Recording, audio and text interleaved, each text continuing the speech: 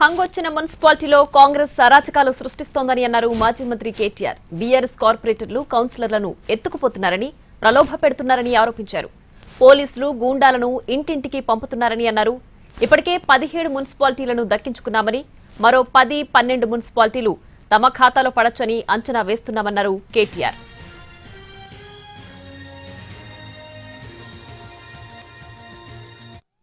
వాళ్ళ దాదాపు 34 చోట్ల హంగుంది. సరే, అక్కడ చాలా అరాచకాలు చేస్తూ ఉన్నారు కాంగ్రెస్ వాళ్ళు. మా కార్పొరేటర్లు కౌన్సిలర్లను ఎత్తుకొని పోవడం, ప్రలోభ పెట్టడం, పోలీసులను ఇంటింటికి పంపడం, గూండాలను పంపడం, రకరకాల కార్యక్రమాలు చేస్తున్నారు. మాకు ఇంకోటి ఇప్పుడు ఎక్స్ అఫిషియో ఓటు విషయంలో కూడా స్పష్టత రాలేదు.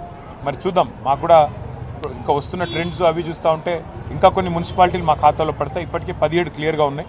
ఇంకా దాదాపు ఒక 10-12 రావచ్చు అనేది మా అంచనా. చూడాలి రేపు ఏమవుతుంది.